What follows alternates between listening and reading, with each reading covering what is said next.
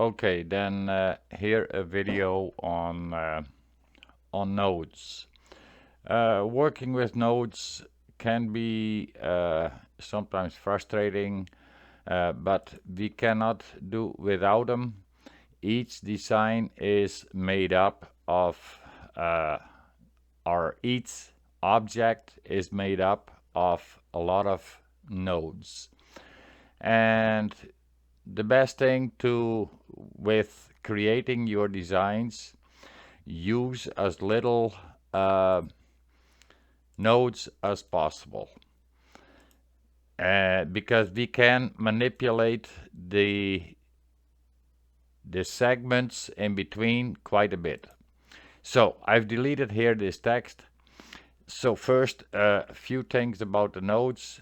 There is in the preferences, so edit preferences. My window takes a little bit of time to open up.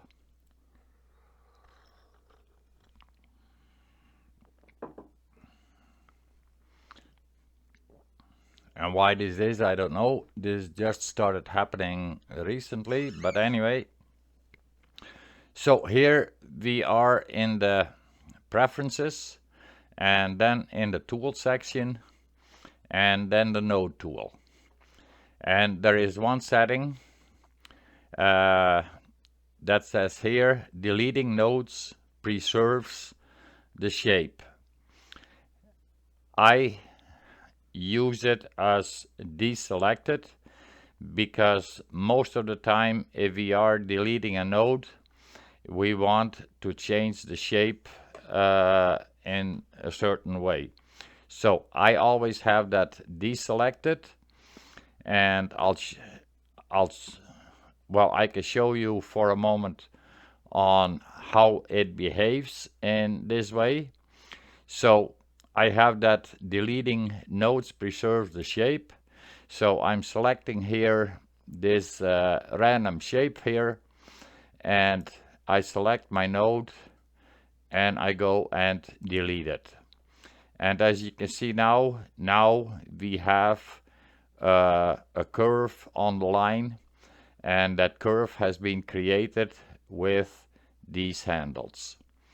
So I'll go on here, undo, and now I'm changing my deleting nodes preserve shape.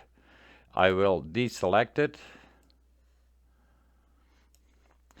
and now I will go and delete that same node and delete, and as you can see now it will create the line segment straight between two nodes.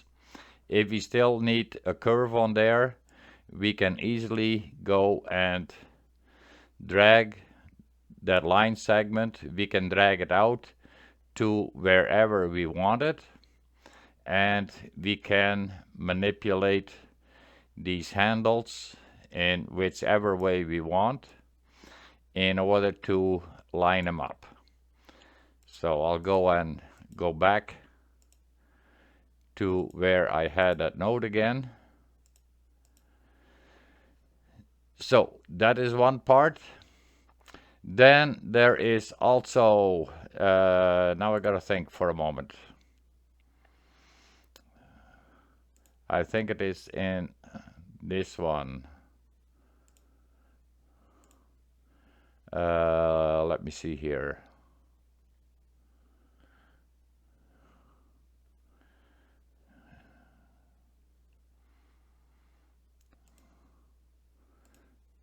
Okay, no, that's not the one. There are so many options in the preference window that sometimes it is can't keep it all straight on what is where. No, why can't I find it right now? The node tool, that is the shapes. That's not where it's in. Okay. So like you have here the interface, and here we can change the size of our nodes. As you can see, now I have really small nodes. You can see that right away on the screen happening. And if I want my nodes really big, I can go and move that up. So most of the time I like to have it around the 4. I find that is most convenient for me because I don't want that they are overpowering my shape too much, and they are still good visible. So that's all I'm gonna say about the size of these nodes. Also, one thing, when you are just new to Inkscape, since I have this window open, make sure that you also calibrate your screen, and you do that in the same window in the interface, and you put a ruler up against the screen on this ruler over here, and you can see I have here 0 and there 100 and there is millimeters, and then you drag this slider, you drag that till the 0 and the 100 on the millimeters on your ruler line up, and then you have it properly calibrated. So if you're zooming in at a 100%, then your design will be as big as it would be in reality. Okay, so now we have the shape. Now we have many options with these shapes. So let's say I drag these curves, or we have a shape and it is all little curvy, but I want to have all straight connections between each of these objects. I don't like it that it is that curved, or don't need it. So what can be done is we can just go and drag a rectangular box around it, or while in the node select, we can hold the control key and press A, and we have them all selected. And then since we are in the node select tool, here on the top bar there are all these tools are these icons are related to the node. Now we can, if we so desire, we can make all these paths between two nodes, we can all make them straight. And there, with one click, we have all these paths made straight between two nodes. If I go and undo, and I deselect, and I only want this segment straightened out, then all I can do is hit the same button and make it straight. Let's see what is next. Also, if you want, you can change, as you can see, the selected nodes, they are blue.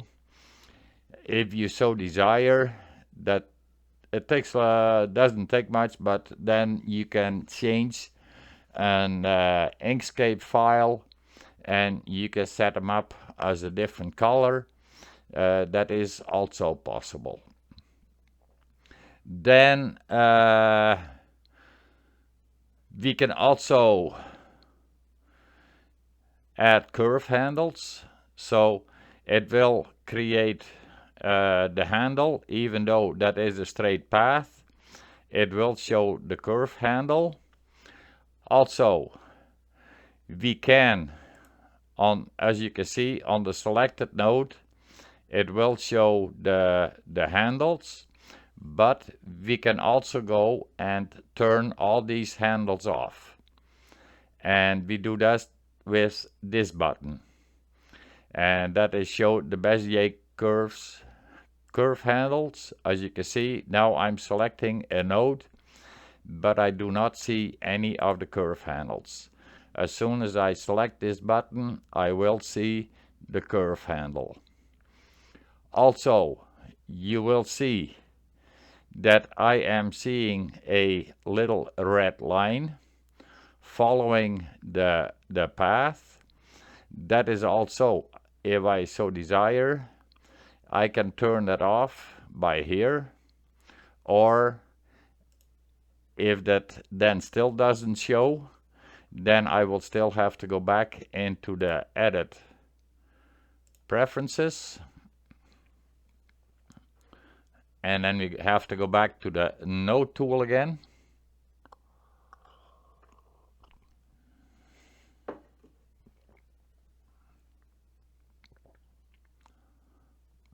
Now come on, she sure is slow loading. Why that is, like I say, I don't know. That just started happening the last few days, so I gotta go and fix up some odds and ends on the computer. So you can see this is a red line going from node to node. That is called here the path outline. I can change the color if I so desire. I keep it at the red, but you can change here, drag the sliders over and change the color if you so desire. And then you can go and close out of there. But in order to see it, you also want to have here selected the show the temporary path outline and show the path direction on outlines. If I turn this one off, then the arrows will disappear, because the pointing arrows, what you see on these lines, that can be handy for when we are creating satin objects to see where the direction of the lines are. Also, when an object has been created, there is a starting node and there is an ending node. In order to find our first node, we press the tab key. So you can see now this node here is selected, and that is the first node. And if you then press down Shift Tab, then you will get the last node in the object. Then let's say we go back to the tab key, that is the first one. If we want to select a specific certain amount of nodes from a starting point, we can use here the roller wheel, and as you can see, it will now start selecting the nodes either direction from that node tool, or from the point where I'm holding the mouse on a node. And I can deselect as well. So now I'm back to that same one. Now I'm holding down the control key, and it is still selecting all in the same direction. I thought that there are so many shortcuts, and to keep them all in memory is sometimes hard, because there is a possibility that from, let's try it once more, the tab key, and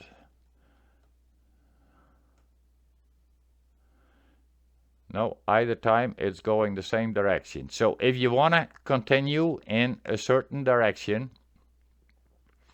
Oh, Inkscape has crashed.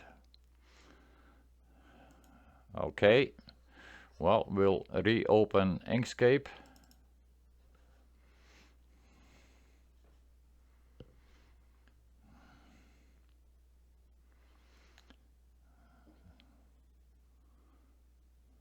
That happens once in a while.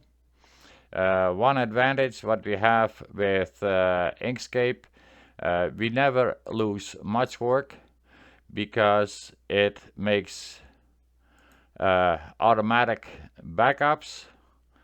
And so here I am, and the autosave, you can set that in the preferences also, and there you can set the time, how often it saves, every minute, every 5 minutes, every 10 minutes, and you can set how many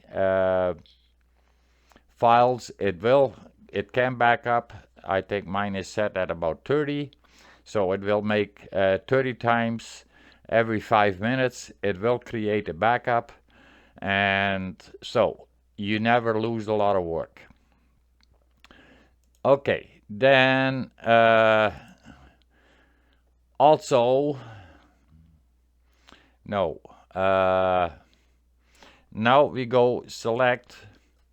So we can select by making a box around the node. We can use the Alt key, but since I have two selected, now I want to add to my selection. Now I can hold down the Shift and the Alt key, and now I can select whichever nodes I want, add to the selection. And as you can see, I went and swerved around a few of the nodes to avoid those selections. So that is with the Alt key, and adding more to it, you would have to hold down the Shift key. Okay, now I'm holding down Shift, Control, and Alt, and well, let's grab two. Oh, that should. Okay, let's deselect here for a moment. Okay, now I'm holding down Shift, Control, and Alt, and now it's not doing it. Always something what happens. Shift, Control, Shift, and Alt.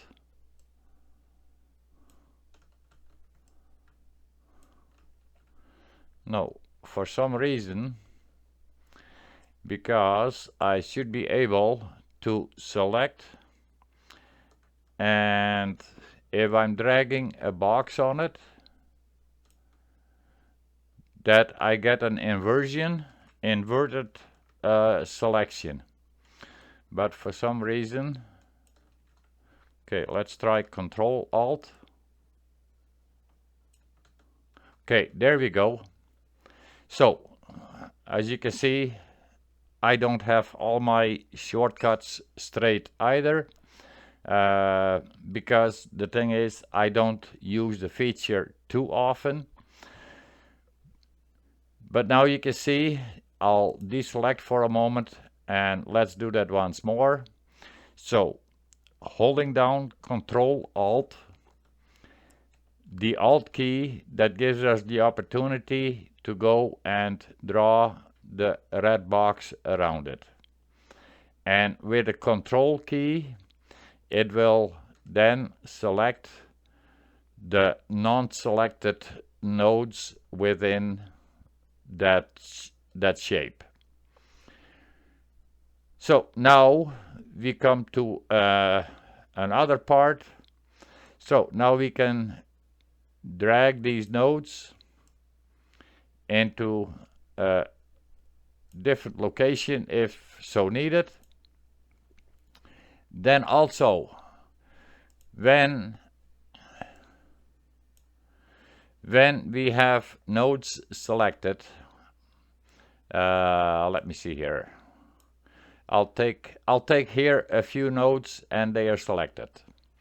Now you can see I have a selection box going around my nodes. These little arrows. Now I can manipulate my nodes with the direction arrows. If I so want, if I click on one single node, now you will see that the corners have become rounded. So now I can go and rotate my nodes also.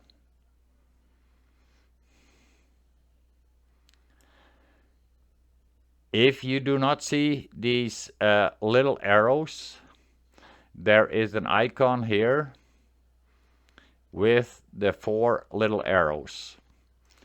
As you can see, now I deselected them, and now you don't see that box around my nodes. That is the same here. I want to deselect those handles. As you can see, all these handles have disappeared again. So they sometimes can become annoying on how to work and how to manipulate some of your strokes, or even for that matter for a shape. It doesn't really matter if it is a shape or if it is a line object. They all have the same kind of nodes around them. Then also there are different type of nodes. You can see these are all diamonds. All the nodes are diamonds. But we can change these. We can click on one, have it selected, and then press the control key and click on it again. And now you can see that has become a square node. And a square node that behaves different than a diamond node. And to see that, now we will have the nodes or the handles on them again. And this one, as you can see, I can drag the one side of the handle, but if I go sideways, then both of them will be moving. So I can drag one handle at a time, but the rotation, that works both ways. So in order to change that again, we would have to go and make it a corner node again. And now you can see it is a diamond. And now we can manipulate each handle individually. Then we have, we can go here, the auto smooth. There you can see. Make sure that is make the node smooth. So the smooth, that way with smooth, you can manipulate one handle at a time, only in the lengthwise direction. If you go to the symmetric, you still have that it is a square node, but now if I lengthen the handle on the one side, it will also lengthen the handle on the opposite side. And then we have here, that is an auto smooth. As soon as you basically do something to these handles, it will change the node instantly. And here you will see it is a rounded node, but as soon as I change it, as you can see, it has changed it right away to a smooth node, because I can only I can manipulate one handle at a time. So that is a few things. Also, I didn't show you that yet. Here I'm selecting a few more nodes on the opposite side here, and I'm gonna go here to my selection, or the selection box around it. And now I'm clicking back on there so that I get the pointed arrows all the way around. Now I can, I'll show you, if I manipulate only on this side, I will only move the two selected nodes on this side. But now I will hold down the Shift key, and as you can see, now also the node on the opposite side is being manipulated. And so for the up and down, there you can see too, it will change the shape on either side also. So there is many ways that we can manipulate with nodes. And some of these aspects, they can become really handy with our designing. So I'll delete that one, and now I'm gonna go to I drew a few objects here, and I'll select all of them for a moment, and I'll turn the opacity down, and let's go to 40%, enter.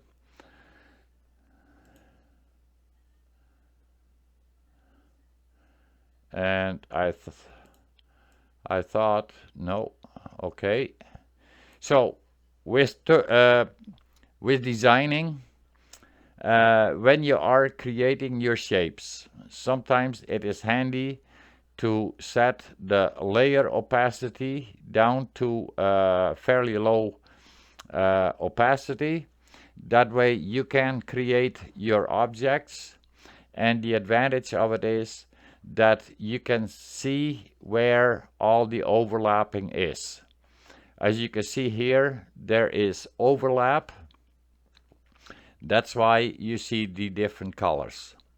So how are we gonna fix this? Well, that overlap on an instance like this, there are different ways that we can change some of these things. Also here again, if we have cut a hole in it, the shape of the object, what is gonna be shown on top, and we say, hey, we like to have a little bit of an overlap from this object underneath the object what is being shown over top in order to avoid gaps, then what we can do is hold down the Shift and Control and then resize the hole a little bit. And by holding down the Shift and the Control, that way it will resize from the center. And if you need to make it bigger, hold down the Shift and Control, because if I'm holding down only the Shift, as you can see, now I can manipulate it in whichever direction. And holding down the Shift and Control, be holding the whole shape. So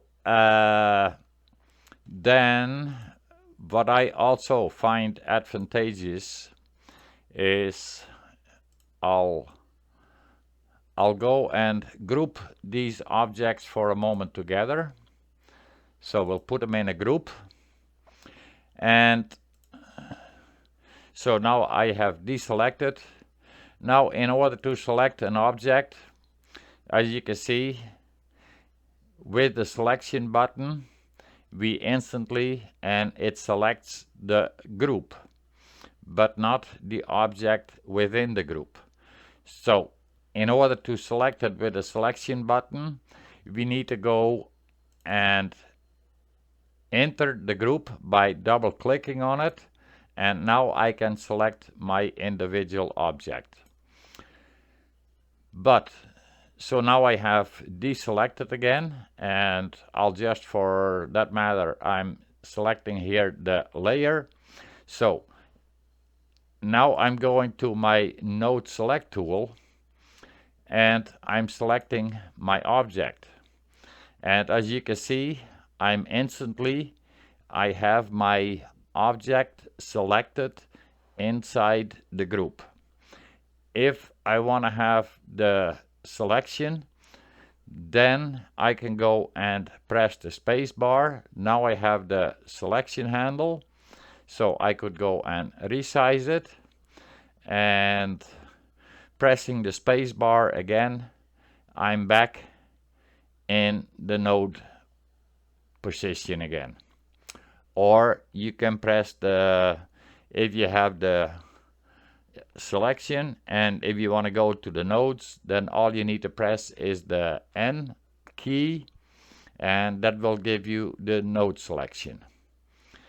But I find this is quite often, this is handier to select some of the objects, and if you're holding down the shift key, you can have multiple objects selected, and they will all show your the nodes. Then so in order, okay, then in order to, so dragging a box around it, it will not go and select all the nodes of all the shapes. So you have to go like this, and then you can create an operation. So let's say if I go flatten, and so now I should have all of my objects that should be separated objects, and there you can see now the overlap has been cut out. Edit, undo. But like so, now that overlap has been cut out.